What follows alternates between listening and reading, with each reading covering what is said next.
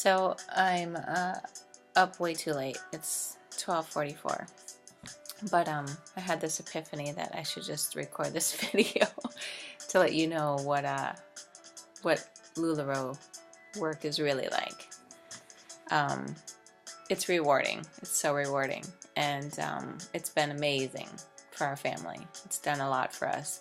And before I couldn't. I hope I'm looking at the camera. I look awesome, don't I? It's 12:44. I look awesome for 12:44. But yeah, it's been incredible for our family, and I had been meaning to share my why video, and I just haven't. I've been putting it off for my own reasons, and if I talk about it, you'll know. But I just want to let you know what it was really like, and it's a lot of work, but it's rewarding. And a lot of days I end up working. I get up in the morning. My dogs wake me up around 8:30, sometimes 9 if I'm lucky. And I let them outside and I pour myself some coffee, and then I come out here to the sun porch, which when we bought this house I was super excited about the sun porch, and then we didn't use it like for the first almost 2 years that we lived here until I started LuLa, and now this is what it is. So I'm out here all the time. But it's not air conditioned. So if we have a really brutal forecast, which luckily we don't very often in San Diego, I don't come out here. I'm like not even trying to get you to buy stuff if it's hot outside, because I don't want to be out here. But yeah, so I wake up and I come out here and I check the invoices that have been paid, and I start packing stuff. I've got my printer in here now. Most of my inventory is in here. Some of it's in the hall closet. But yeah, it's so I started, I signed up March 21st. 21 is like my lucky number. I'm listening to Radiohead. So if you get car sick from Radiohead like my husband does, then I apologize. I signed up March 21st, and I thought my wait was going to be pretty long because, I mean, I think around April, March is when it really started to pick up and get crazy. But nonetheless, my husband and I talked about it, and we thought it was a really good idea. And trust me, he was not. I mean, at first I was like, I'm not doing that. That's not even. And then I was kind of like, that's probably a good idea. So March 21st, I signed up, and then I was looking at like 3 months, maybe 4 months. I didn't know to wait before. I'm just gonna look at myself here for a second. Before I got my call to onboard. And so April 21st came 1 month, and then my mom visited in May. And it just so happened that the Inspire training was, I think, the day before she was leaving to go back home. So I drug her and my daughter to Inspire training. And at that time they were pulling certain people to get onboarded immediately. And when I went, like, that was like my hope. But I am lucky, I guess. Like, I've won trips to Hawaii and stuff. But I thought that I had cashed in on all my luck. So we went, and I was like, you know what? If it doesn't happen, it doesn't happen. I need more time to prepare, and it's fine. I'm sure like somebody else needs this before me. So I sat through the Inspire training, and it was amazing. It was like you're like, yeah, this is awesome. This is the best decision I've ever made. And that's the last thing they do is hand out these cards. And then they call the cards. And if you have one of the cards, then you onboard immediately. Like, your name is like for the next day or whatever. And so we're just sitting there, and I'm like, whatever, not a big deal. I was like Zen mode, didn't even care. And the first freaking card they called was mine. And I just started to cry. And then my mom was like crying, and my daughter, and it was just like a whole thing. So they're like, go out there. But I think they onboarded, 13 or 14 people that day. But I now am friends with another consultant that happened to be surprise onboarded that day. It's a crazy chain of events. But so yeah, I was onboarded, and then I was like, crap. I thought I had like at least another month to prepare. So I got the call think that was on a Friday, and I got the call like the next Wednesday or so. You guys, I got the call. I placed my inventory order that day, and it was there like the next day because I live an hour and a half, I don't know, 40 minutes away from the home office, but I can't even drive up there faster than stuff can be delivered. So my stuff showed up, and from then it has just been like breakneck speed. So I got my initial inventory, and I was like, here we go. I'll fix my shirt. Here we go, and I didn't even have a big group because I hadn't been preparing, and my sales were going really well, even for having a small group. And I had a small group for a reason. I wanted to provide a quality experience. I wanted to be able to maintain the size group that I could continue to keep, I guess, making those personal touches and connecting with people. Because for me, it was more than just selling the clothes. People can buy clothes from anyone. And I can really sell clothes, you know, I mean, people want this stuff. But for me, I wanted to, like, I want to know the people that are buying the clothes for me, and I want them to feel like they know me, because that's what a business should be. You know, it's a connection, and it's all human connection. So at any rate, the initial inventory went pretty good. And then in June, the Americana came. And I got really lucky. Maybe I have skills. I was able to place like 3 or 4 Americana orders. And because I picked up some of it, and then some of it like showed up the same day as me picking it up. Because of that, I was able to just, I mean, I had, I think, 96 packages that went out in one day. It was, I'm like, I didn't eat, I didn't do anything except like try to muddle through all that craziness. It was amazing. And I don't even have that much left of it, so I can't complain about that. No leggings. I have no Americana leggings. Anyways, that put me over the top. So my initial inventory, I think, was just under $6,000. And then I immediately, because when we placed, back when I onboarded, they created packages, and there was no leggings in the packages. So as soon as I placed my initial order, I placed an order for leggings. And then like a week later, I placed an order for Amelia's and Julia's. So I was really like, and pretty much since I've onboarded, I've been like pumping in new styles and new styles. But I haven't really, I mean, they say, you know, you take half of your, I guess, your profit and put it towards new inventory. And I've just been like going full force. But that Americana was able to put me ahead quite a bit. And my first, from May 21st, was that when I said that yeah, May 21st or May 22nd, I had my launch party, to like July, I don't know, 1st, I think I had $13,000 or $14,000 in sales. That's crazy. It's more than I could have ever imagined. But like I said, I had been putting a lot of money back into new inventory, mostly because there's styles that I like to try, and I just love buying new inventory. So if you've been thinking about it and you're worried about the money, don't. Because yeah, your initial inventory may take a little bit of time to get rid of everything, because you're going to have duplicates. And duplicates are duplicates. It happens, you know. And everybody, I think everybody will attest to the fact that they get their initial inventory, they open the box, and they're like, what is this? Like, how am I going to sell this?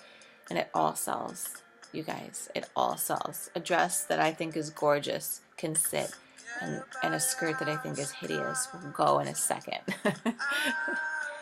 Not that I think anything's hideous. Maybe a little bit. So yeah, it's it goes, it sells, and it sells because people love the clothes. I love the clothes. I wouldn't sell the clothes if I didn't love the clothes. I'm not a salesperson.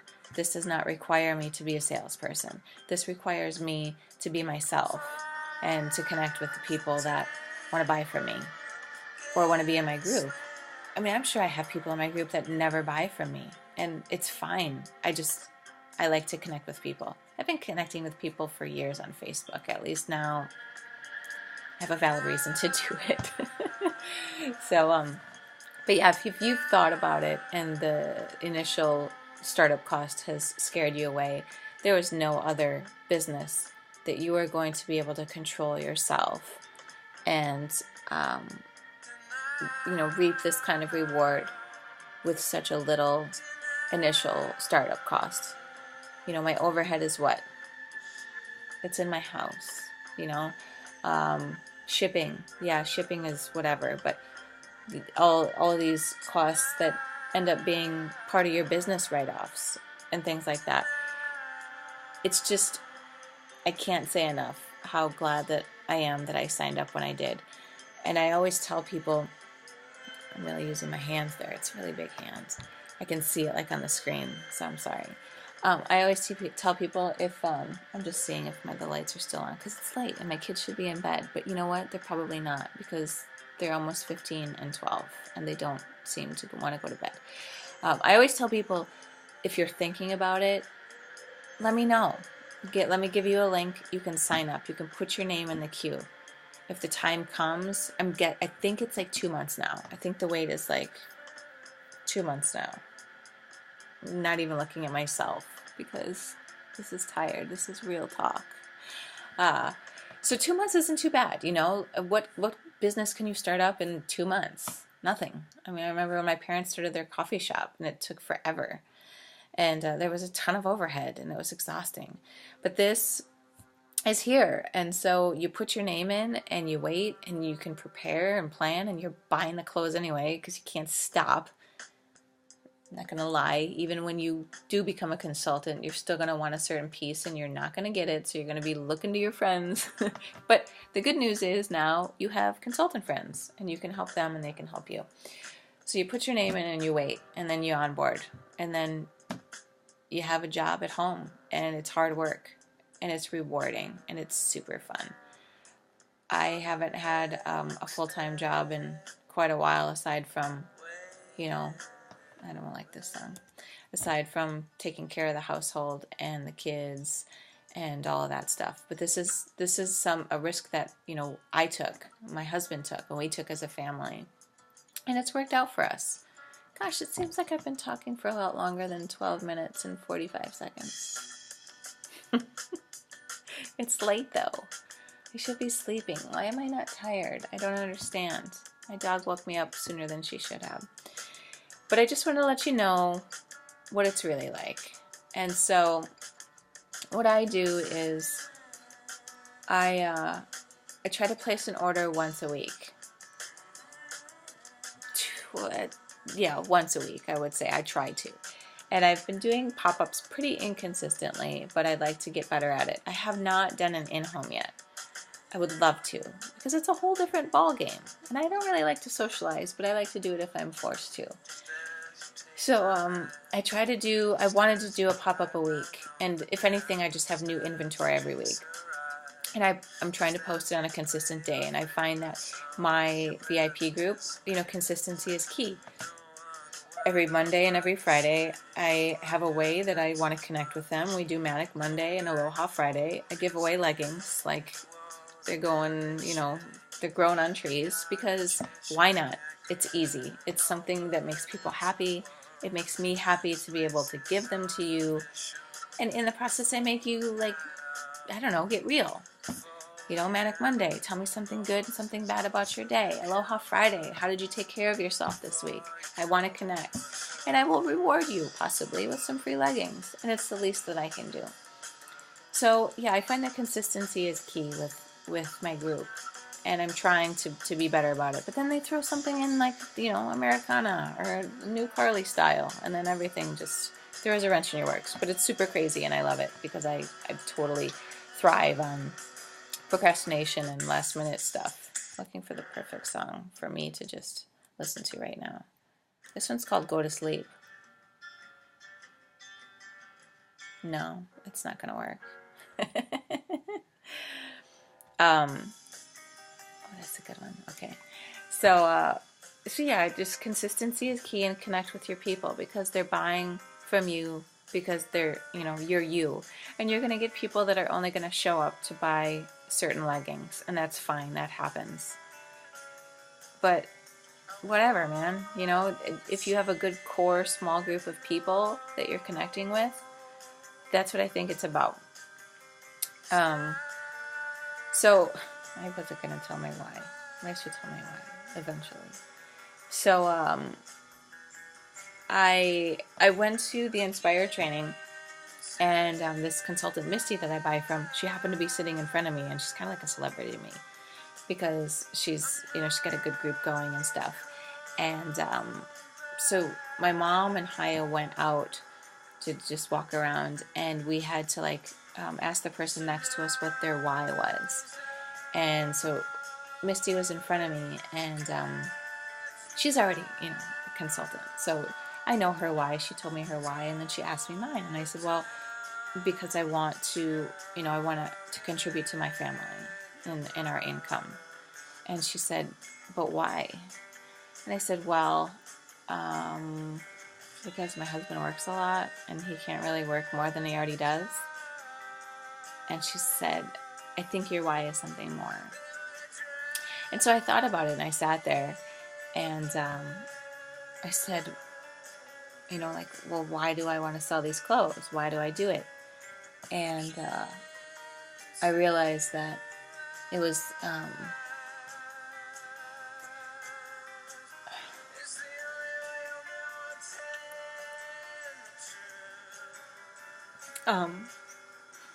my dad took his own life in April of last year, and I didn't even realize that I had fallen into a deep depression because I was just going through the motions. And every day I was putting on, you know, workout clothes because it was the easiest thing to do when I wasn't working out. I was usually just using them as napping clothes. And all of a sudden I got introduced to this brand, and I thought it was crazy, and I bought some hideous leggings. I bought Octopus, which prized possession, by the way, and wolves. And then I branched out and I bought some dresses and skirts, and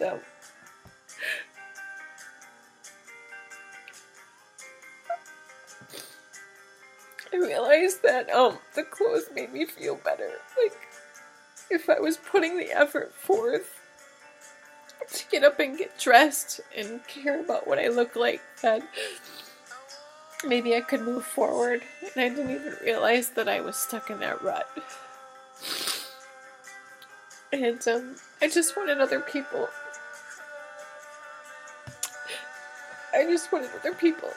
to find the clothes, and maybe if they were stuck in some kind of rut, like they just had a baby and they didn't want to, you know, I know how it is to be in between maternity clothes and regular clothes, or I don't know, maybe you lost a lot of weight and you know, you don't know where to begin and you want a new wardrobe, or maybe you are feeling down because of something in your life, and a new dress just makes you feel pretty and makes you feel alive again. And I wanted to, I realized that I wanted to be a part of that, and it was a way for me, you know, by doing that, I was contributing to my family, and I could do that. And so I didn't have, you know, the money right away, and I decided to ask my mom for it, and she said yeah, because she had she had life insurance for my dad, and she said yeah. So in a way, it's hard because in a way, if he passed away, if he hadn't passed away, I wouldn't be here, you know, maybe. Anyways, see, I told you it was going to be bad. I'm okay. I haven't cried in a long time about it. But that's why I avoid it, you guys. And I usually do my videos with my daughter, but I didn't think that she would just be distracting and I would never say what I needed to say. So anyways, that's my why. Because it really pulled me out of a tough time. And I know my dad would be really, really proud of me. You know he is. So anyways, um, I was doing a pop-up and it ends tomorrow, so this is how organized I am. I just put sticky notes with people's names on them. And then I try to remember what they ordered and I go through things. And then I have this cart from IKEA that I bought and I paid probably a little bit too much for, and that helps me stay organized. But gosh, it's 1:04. I should go to bed. Why am I not tired? Am I really gonna save this video and post it for you guys? Holy hell. It's probably the Radiohead that's making me cry. um so yeah, if you're at all thinking about it, just give me a holler and I promise you I will help you walk through this journey. A good sponsor is very, very important, and I learned that the hard way. Uh, I've had some consultants that have helped me out greatly and filled that gap for me. But I don't want anyone else to fall into the same trap of just signing up with somebody because you feel obligated. You should really, really make sure that your sponsor is the right person for you, and that they're, that they're going to be supportive, and you feel like you're comfortable asking them questions. And you know what? I'm doing this till 1:05 a.m. So I'm your girl. I'm always around, and my phone is always in my hand. So I would love to help you start your journey. But yeah, I think I've said more than enough. Holy crap! I've done this for 21 minutes and 45 seconds. I hope it works okay. I gotta go back and watch it. If I stand, no, is that better? I'm trying to find like the best lighting now. It's too late. It's too late for good lighting.